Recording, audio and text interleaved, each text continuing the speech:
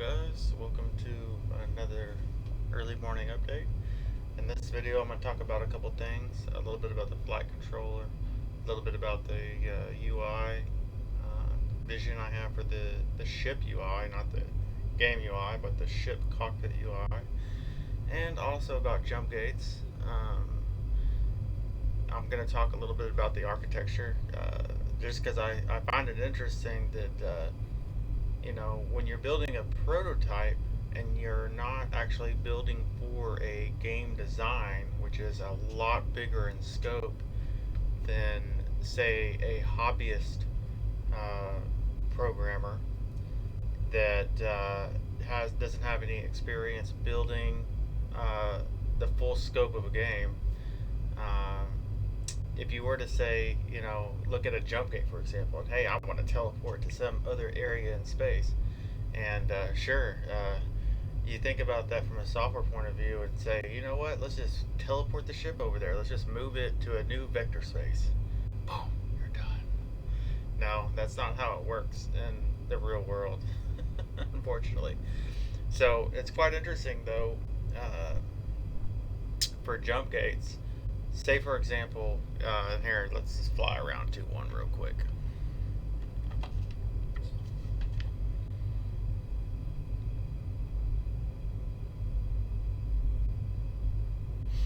You may notice I've been working a little bit on the flight controller here, and so it is a little bit slower.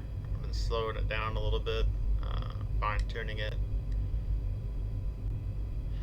So I have a jump gate over here.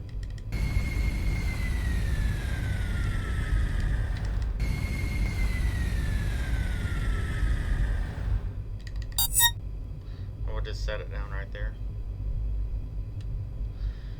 And so to fly through this jump gate, and to get this first jump gate that I'm working on is actually going to go to Mars, and that's going to be another area within a zone. And so I've come up with a naming structure for the game environment. And so this is how it's going to work, and I'm going to just go briefly tell you that there are 4 core frameworks that work together for this to work. You have, at the top level, you have the GameCore environment controller. That is what everything filters down through, and eventually when I want to tie in systems that control scene loading and all sorts of other things, those will go through the top level framework, right? And so the framework below that is the scene environment controller, right? And you can call them frameworks or controllers. Really, they're just frameworks. In video game development, they're also called controllers. But I'll call them controllers just so everybody be happy. So below the GameCore environment controller, you have the scene environment controller. Below that, you have the zone environment controller, and the zone environment controller is what houses and facilitates the tracking of all the zone areas in a zone. And later on, when there are ships and things going on inside the zone, basically the way I'll design the game is everything within a zone will actually be happening in real time, while everything outside of the zone will be tracked in a background process that won't be done three-dimensionally and won't have active physics properties and all that kind of stuff outside of the zone that you're in. And that is to reduce, obviously, the CPU and graphics overhead, mostly CPU and memory, and give us more bandwidth to have more ships, more going on in a single zone. And also, I do plan on doing a multiplayer component to the game, which is going to be up to 5-player co-op. So I do need to be aware of possible latency issues in tracking so many objects, and that's why I'm doing it this way, so it can be broken down into zone and area, as opposed to needing to transmit everything that's going on in the entire galaxy, basically. And so what do you got there? So we got the core game controller, the core game environment controller. We got the scene environment controller. We got the zone environment controller. Then we got the area environment controller. And then below that we have the JumpGate controller. Right? And that's basically how it's going to work. And stuff like the scene environment controller will control loading of the initial scene. The zone environment controller will handle loading and transitioning from different zones. And of course, the area environment controller will handle transitioning from area to area. And then you have the JumpGate controller, which is going to handle the triggering of these events, of these loading systems. And also, the JumpGate will have the FX controller for displaying the JumpGate FX, and also whatever special effects will be put on the camera and all that kind of stuff. So yeah, that's pretty much it. That's just kind of a very brief rundown of just what the controllers involved in making the system work well for the game later on, and enabling me to do what I need to do. So also I put thought into how I would interface it with the UI, which is going to be, the Galaxy is going to be a grid system, and I said before, it'll be like the X series. So when you pull up the Galaxy map, it's going to be a grid of squares where it'll tell you the name of the zone, where you're at, where the jump gates are, and where they lead to, and stuff like that in each area within a zone. So actually, the Galaxy map will have a zone map first, and then you'll click on an area, or a zone, and then it'll show the areas inside that zone. So there'll be a subgrid, a main grid for the zones, and a subgrid in each zone for the areas within that zone.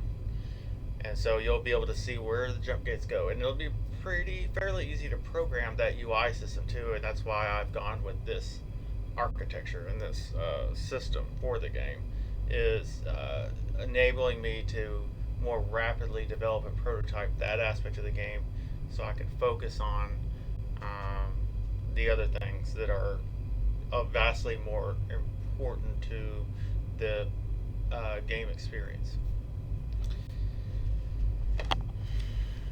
And there are many other issues, that have to be dealt with. The list is almost seems endless when you're trying to do something like this on your own, and you really just have to stay focused on one thing at a time, not try to get overwhelmed by the vast amount of work that has to be done. For example, the UI. I would love to improve the UI, and I have some ideas on how to get started on that. And for example, instead of putting text up there, I want to use just icons and bars. And so for speed, it'll be a bar that goes from 0 up to whatever the max is. And the flight mode, it won't say flight mode, it'll just have an icon and different icons for different modes. That way I'm not taking up too much real estate on these screen modules here. There's limited space within the cockpit for displaying data, and so there's two ways I can go about it. I can display information on the screen, which will kind of block the view a little bit of the player, and I can make that more immersive by, say, putting on a helmet type thing on the player and having that information kind of built into the glass of the helmet.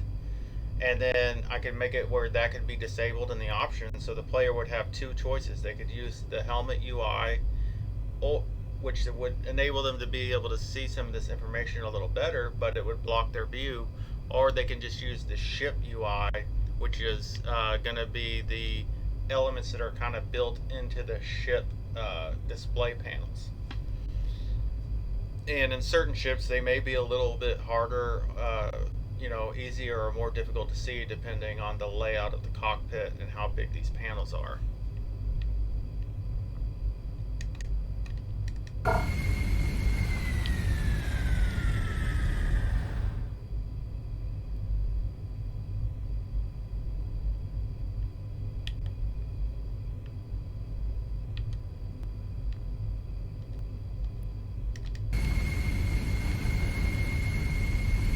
another issue, I've been working on the flight control a little bit, and I noticed that like with the afterburner, I need to install an additional system to slow down the pitch and yaw a little bit as you get faster and faster. With your afterburner, I want to make it to where the longer you're using your afterburner, the slower your pitch and yaw becomes,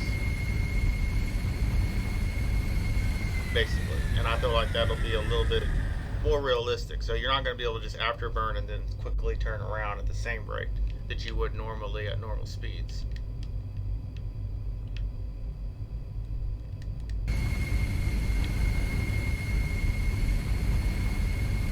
And I think that pretty much covers everything I want to update in this video. In my next video, I probably will have a working demonstration of the JumpGate system, and I'm going to set up the planet Mars. I'm going to go ahead and add the moon or the Earth. I did fix some other things that I haven't mentioned, which I forgot, which is I did a little work on the lighting, and I fixed some shadow issues that was causing some glitching due to clipping planes and stuff like that, because this system is using a 3 camera layered system, which has the ship in the first depth, the local environment in the second depth, and the distant environment in the third depth camera.